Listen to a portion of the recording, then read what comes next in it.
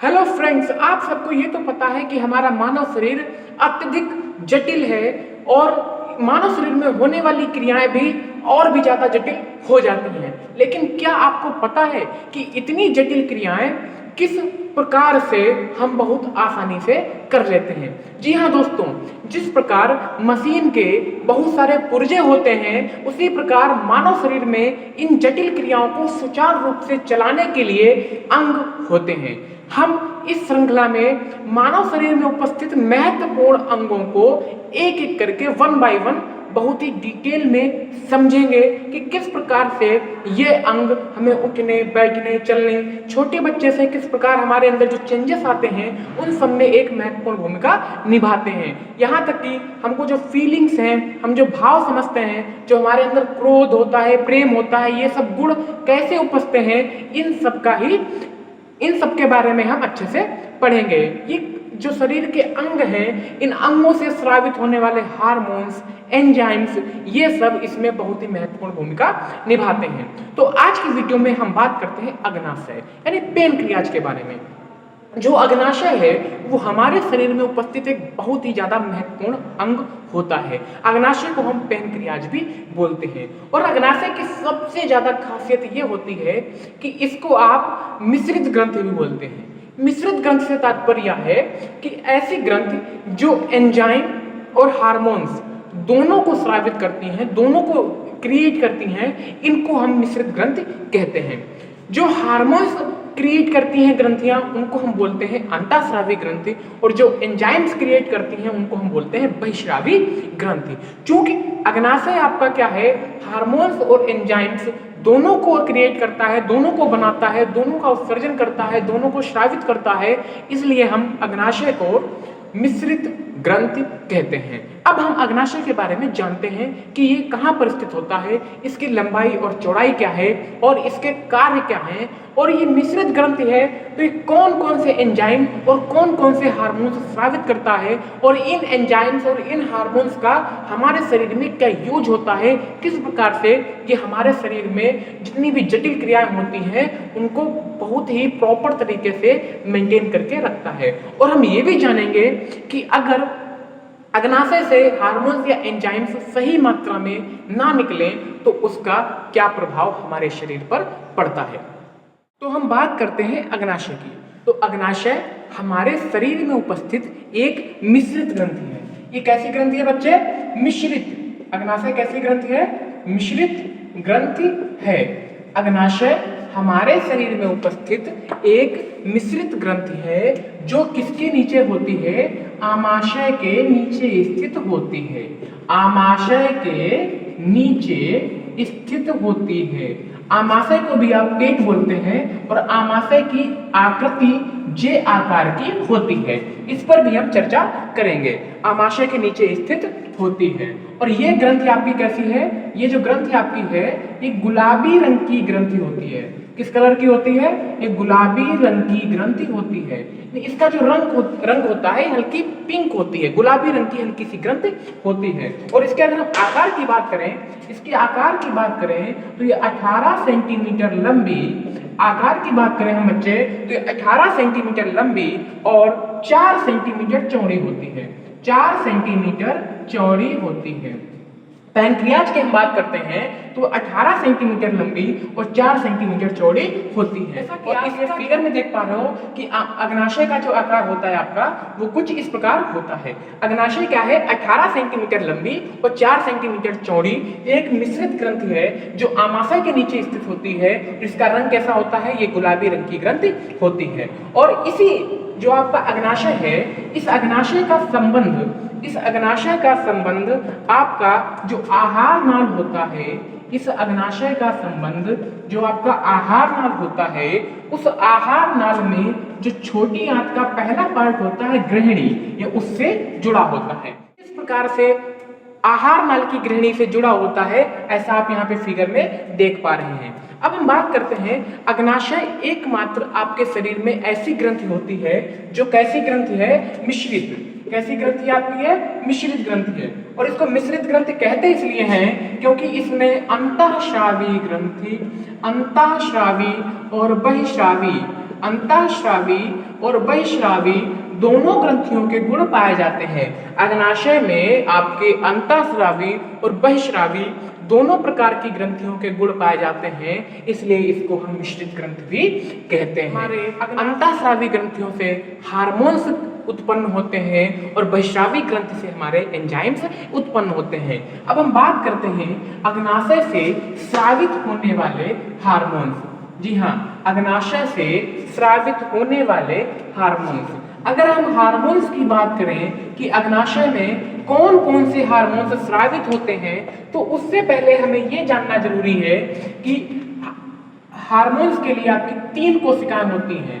एक पहली कोशिका को हम बोलते हैं अल्फा कोशिकाएं, अल्फा कोशिकाएं। फिर दूसरी आपकी होती हैं बीटा कोशिकाएं, अल्फा कोशिकाएं, बीटा कोशिकाएं, और तीसरा जो आपका होता है उसको हम बोलते हैं डेल्टा कोशिकाएं। ऐसी कोशिकाएं डेल्टा, डेल्टा कोशिकाएं, डेल्टा कोशिकाएं, अल्फा कोशिकाएं, बीटा कोशिकाएं और डेल्टा कोशिकाएं। डेल्टा कोशिकाएं इस प्रकार से डेल्टा कोशिकाएं। अब हम इनमें जानते हैं कि क्या कौन सी कोशिका से कौन सा हार्मोन से स्रावित होता है। अल्फा कोशिकाओं में अगर हम बात करें तो अल्फा कोशिकाओं में आपका ग्लूकेगॉन, अल्फा कोशिकाओं में आपका ग्लूकेगॉन हार्मोन स्रावित होता है। अल्फा कोशिका में आपका ग्लूकेगॉन हार्मोन स्रावित होता है। बीटा कोशिका की हम बात करते हैं, बीटा कोशिका में हमारा इंसुलिन हार्मोन स्रावित होता है। बीटा कोशिका में हमारा इंसुलिन हार्मोन स्रावित होता है। जब हम बीटा कोशिका की बात करते हैं तो बीटा कोशिका में हमारा इंसुलिन हार्मोन स्रावित होता है। और अगर हम डेल्टा कोशिकाओं की बात करते हैं तो डेल्टा कोशिका में वृद्धि रोधक हार्मोन्स स्रावित होता है। वृद्धि रोधक हार्मोन्स, यानी अल्फा कोशिका से हमारा ग्लूकेगॉन हार्मोन्स, बीटा कोशिका से हमारा इंसुलिन हार्मोन्स और डेल्टा कोशिका से हमारा वृद्धि रोधक हार्मोन स्रावित होता है। अब इनका यूज क्या है, इनका काम क्या है, इसको समझते हैं। जो हमारा ग्लूकेगॉन हार्मोन्स है, जो हमारा ग्लूकेगॉन हार्मोन्स है वो क्या करता है, जैसे आपका जो ग्लाइकोजन है, ग्लाइकोजन, इस ग्लाइकोजन को, ये क्या है अभी आपको बताएंगे। इस ग्लाइकोजन को हमारा ग्लूकेगॉन हार्मोन ग्लूकोज में परिवर्तित कर देता है। इसको हम बहुत अच्छे से समझेंगे, पहले आप थोड़ा इसको सब्र के थोड़ा सुन लीजिए कि ग्लाइकोजन को जो ग्लूकेगॉन हार्मोन है वो ग्लूकोज में चेंज कर देता है। वही इंसुलिन हार्मोन्स की बात करते हैं हम, तो इंसुलिन हार्मोन्स आपका ग्लूकोज को ग्लाइकोजन में चेंज कर देता है।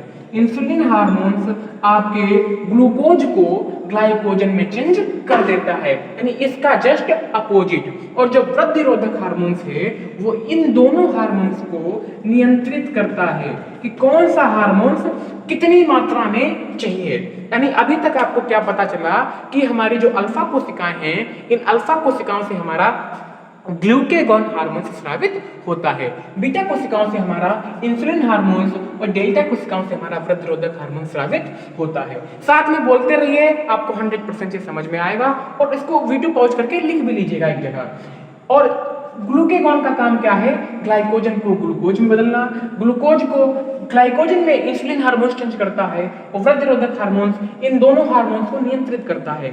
अब इस चीज को समझते हैं, जिन लोगों को मधुमेह रोग होता है, मधुमेह यानी डायबिटीज, और आप सबको पता है कि डायबिटीज ज्यादा जब शक्कर पहुंच जाता है, ज्यादा जब ग्लूकोज पहुंच जाता है हमारी बॉडी में, ग्लूकोज की मात्रा जब हमारी बॉडी में बढ़ जाती है तब हमको डायबिटीज और इसको हम बोलते हैं हिंदी में जो आपका मधुमेह रोग हो जाता है। तो क्या होता है कि ग्लूकोज आपका ग्लाइकोजन में परिवर्तित नहीं हो पा रहा, ग्लूकोज की मात्रा ज्यादा, जब पहले आप इस चीज को समझिए, जब हमारे शरीर में ग्लाइकोजन की मात्रा ज्यादा हो गई और ग्लूकोज की मात्रा कम हो गई तो ये वृद्धि रोधक हार्मोन्स क्या करता है, अल्फा कोशिकाओं को प्रेरित करता है कि आपको ग्लूकोज की कमी है, आप ग्लूकेगॉन रिलीज करिए। जब ये ग्लूकेगॉन रिलीज कर देता है तो ग्लाइकोजन किस में चेंज हो जाता है, ग्लूकोज में, और आपकी बॉडी को पर्याप्त ग्लूकोज प्राप्त हो जाता है। लेकिन कभी कभी क्या हुआ, आप कहीं गए और आपने 4-5 रसगुल्ले या कोई ज्यादा मीठी चीज ज्यादा खा ली, तो क्या होता है आपकी बॉडी में ग्लूकोज की मात्रा बढ़ जाती है। तो ये वृद्धिरोधक हार्मोन्स बीटा कोशिकाओं को प्रेरित करता है कि आप इंसुलिन हार्मोन्स छोड़िए। तो इंसुलिन हार्मोन्स बढ़े हुए ग्लूकोज को ग्लाइकोजन में चेंज कर देता है और इस प्रकार से हमारी बॉडी में जो मेंटेन होता है ग्लूकोज और ग्लाइकोजन का जो प्रतिशत रहता है, जो हमारी बॉडी को जितनी नीड होती है वो हमारा वर्क यहाँ पर वो उस हिसाब से अपनी बॉडी मेंटेन कर लेता है। लेकिन क्या होता है कि जब इंसुलिन हार्मोन से स्रावित होना रुक जाता है किसी भी कारण से, तो हमारे बॉडी में ग्लूकोज की मात्रा बढ़ती रहती है। आपने ग्लूकोज लिया, वो ग्लाइकोजन में चेंज नहीं हो पाया और ग्लूकोज की मात्रा बढ़ती रहती है, जिससे आपकी बॉडी में मधुमेह रोग हो जाता है। इसलिए आपने देखा होगा कि जिन जिन को डायबिटीज की प्रॉब्लम होती है वो मीठे से बचा करते हैं। लेकिन अपने साइंस ने क्या किया है कि आप लोगों ने ये भी देखा होगा कि कुछ लोगों को डायबिटीज है फिर भी वो मीठा खा लेते हैं। क्या करते हैं वो कि वो मीठा खाने के बाद अपनी नाभि में एक इंजेक्शन लगवाते हैं या लगाते हैं। उस इंजेक्शन में क्या होता है, इंसुलिन होता है। यानी उन्होंने क्या किया कि मीठा ग्रहण किया और उस मीठे खाने के बाद, उस मीठी चीज को, मिठाई को खाने के बाद उन्होंने इंसुलिन हार्मोन्स का एक इंजेक्शन ले लिया। उस इंसुलिन हार्मोन्स ने उस ग्लूकोज को ग्लाइकोजन में चेंज कर दिया और इस प्रकार से वो मिठाई खा सकते हैं। जो लोग नहीं रहा जाता है ना कि रसगुल्ला की महक देखकर उनसे नहीं रुका गया, तो वो लोग ये करते हैं कि इंसुलिन हार्मोन जो काफी महंगा आता है उसका इन्होंने इंजेक्शन लेके वो वहां पे ग्लाइकोजन में चेंज हो जाता है। ये आपने जाना कि किस प्रकार से अग्नाशय से आपके हार्मोन्स जो हैं वो रिलीज होते हैं। अब हम अग्नाशय से रिलीज होने वाले एंजाइम्स की बात करते हैं। जी हाँ, क्योंकि ये मिश्रित ग्रंथि है और आपको फिर से हम बता दें, नोट कर लीजिएगा कि जब हार्मोन्स किसी भी ग्रंथ से निकलते हैं तो उन ग्रंथियों को बोलते हैं अंतःस्रावी ग्रंथि, और जब किसी ग्रंथ से एंजाइम्स निकलते हैं तो उसको हम बोलते हैं बहिस्रावी ग्रंथि। तो अग्नाशय से निकलने वाले एंजाइम, क्या हेडिंग पड़ेगी आपकी, अग्नाशय से निकलने वाले एंजाइम। ये अग्नाशय से जो एंजाइम्स निकलते हैं ये आपके भोजन को पचाने के लिए अति आवश्यक होते हैं। यानी जो आप भोजन ग्रहण करते हो उनको पचाने के लिए ये जो एंजाइम्स हैं वो बहुत ही इंपॉर्टेंट रोल प्ले करते हैं। क्या होता है कि अग्नाशय से आपके एंजाइम निकलते हैं वो सीधे ग्रहणी में पहुंच जाते हैं और आपका भोजन आहार नाल के थ्रू, फिर आमाशय के थ्रू जब आहार नाल में वापस आता है तो वहां पर ये एंजाइम्स मिलके भोजन को पचाने का काम करते हैं। इसलिए कहा भी जाता है कि भोजन के पाचन का जो क्रिया स्टार्ट होती है वो आपकी ग्रहणी में स्टार्ट होती है, क्योंकि ग्रहणी में ही आपके अग्नाशय से निकलने वाले एंजाइम्स मिलते हैं आके। तो आपको बता दें कि एंजाइम भी आपके 3 निकलते हैं। एक होता है आपका माइलेज। माइलेज यहां पे आपको सीधे सीधे याद करा देंगे, mileage, lipase, mileage, lipase, and the third one is trypsin, that is trypsin. Mileage, lipase, trypsin, साथ में बोलिएगा माइलेज, लाइपेज, ट्रिप्सिन। आपने जनरली फर्क सुना होगा कि कोई भी हमारी कार है या बाइक है वो कितना माइलेज दे रही है, तो माइलेज, लाइपेज, ट्रिप्सिन। अब इस माइलेज का क्या काम है, जब आपने भोजन ग्रहण किया तो भोजन में होता है बच्चे कार्बोहाइड्रेट। भोजन में क्या होता है, कार्बोहाइड्रेट।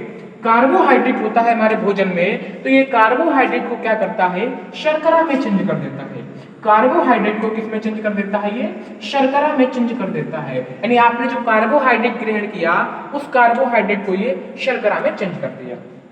लाइपेज, लाइपेज क्या करता है, जो आपने वसा ग्रहण की, वसा, वसा क्या होता है, जब आप दूध का कोई प्रोडक्ट खाते हो, घी, दही, दूध, तो उसमें क्या होता है, वसा होता है। जब आपने देखा होगा जब दूध वगैरह आप ग्रहण करते हो तो उसके ऊपर एक हल्की हल्की सा तेली पदार्थ सा होता है, वो वसा होता है। ये क्या करता है, वसा को वसी अम्लों में चेंज कर देता है जो हमको एनर्जी देता है। वसा को ये वसी अम्लों में चेंज कर देता है जो हमको एनर्जी प्रोवाइड कराते हैं। और जो ट्रिप्सिन है, इस ट्रिप्सिन का बहुत ही महत्वपूर्ण रोल होता है जो हमारे भोजन में प्रोटीन होता है। प्रोटीन, प्रोटीन क्या करता है, प्रोटीन हमारे शरीर में हड्डियों में जो टूट फूट हो जाती है, कोई हड्डी में आपकी चोट लग गई या कुछ भी है, तो प्रोटीन टूटी फूटी हड्डियों की मरम्मत करता है। प्रोटीन जो है वो टूटी फूटी हड्डियों की क्या करता है, मरम्मत करता है। तो आपके भोजन में जो प्रोटीन है उस प्रोटीन का ये संश्लेषण करता है। प्रोटीन का क्या करता है, संश्लेषण करता है। जिस प्रकार से आपका जो वृक्क है, गुर्दे हैं, वो यूरिया का संश्लेषण करते हैं, आपका जो क्या बोलते हैं उसको, लीवर है वो आपका यूरिया का संश्लेषण करता है। उसी प्रकार से जो ट्रिप्सिन है, अग्नाशय से निकलने वाला एक एंजाइम ट्रिप्सिन, वो प्रोटीन का संश्लेषण करता है और यही प्रोटीन आपकी हड्डियों में जो टूट फूट होती है उनकी मरम्मत करता है। होप आपको ये अग्नाशय पूरा समझ में आया है। इसमें हमने एक भी पार्ट आपका नहीं छोड़ा है और इस प्रकार से आप ये पूरा फिगर फिर से देख सकते हैं। और नेक्स्ट वीडियो में हम आपको जो इस श्रृंखला में हमने आपके पहले कहा था कि हम अपने शरीर में होने वाली जटिल क्रियाओं को सुचारू रूप से चलाने वाले जो हमारे अंग हैं उन अंग को हम डिटेल में पढ़ेंगे, क्योंकि कम से कम एज ए स्टूडेंट आपको अपनी बॉडी में किस अंग का क्या रोल है ये को आपको पता होना ही चाहिए। और ये आपकी बायो का एक पार्ट भी है जो आप 10th क्लास में 10th स्टैंडर्ड में आपकी बाकायदा सिलेबस में भी आपके ये सब अंग हैं। और आप किसी भी स्टैंडर्ड में क्यों ना हो, जनरल साइंस के लिए ये जो वीडियो है आपके लिए बहुत इंपॉर्टेंट है। तो इस सीरीज में बने रहिएगा और हम बाकी भी अंगों को जानेंगे। तो थैंक यू वेरी मच। अगर चैनल पे आप नए हैं तो चैनल को सब्सक्राइब करके बेल आइकन जरूर दबा दीजिएगा और अपने दोस्तों को भी शेयर कर दीजिएगा, जिससे वो भी अपने शरीर के बारे में बेसिक कॉन्सेप्ट्स को, बेसिक चीज़ों को पता चले और उनको बेसिक चीज़ें ये क्लियर हो जाएं कि कहाँ पर उनको किस चीज़ की नीड है, किस चीज़ की नहीं। क्योंकि जब हम अपनी बॉडी को अच्छे से समझ पाएंगे तो उसको हम अच्छे से मेंटेन कर पाएंगे, क्योंकि हमारी बॉडी भी एक मशीन की तरह है। और जब आप मशीन को सही से चलाने के लिए उसको ऑयलिंग करते हैं, ग्रीसिंग करते हैं, इसी प्रकार से अपनी बॉडी को भी सही से चलाने के लिए अपनी बॉडी को पहले समझना जरूरी है, फिर उस प्रकार से भी हम अपनी बॉडी को अच्छे से मेंटेन कर सकते हैं। Thank you very much. बने रहिए सॉल्यूशन बाय सौरभ के साथ। Lots of love to you. मिलते हैं जल्दी ही नेक्स्ट वीडियो।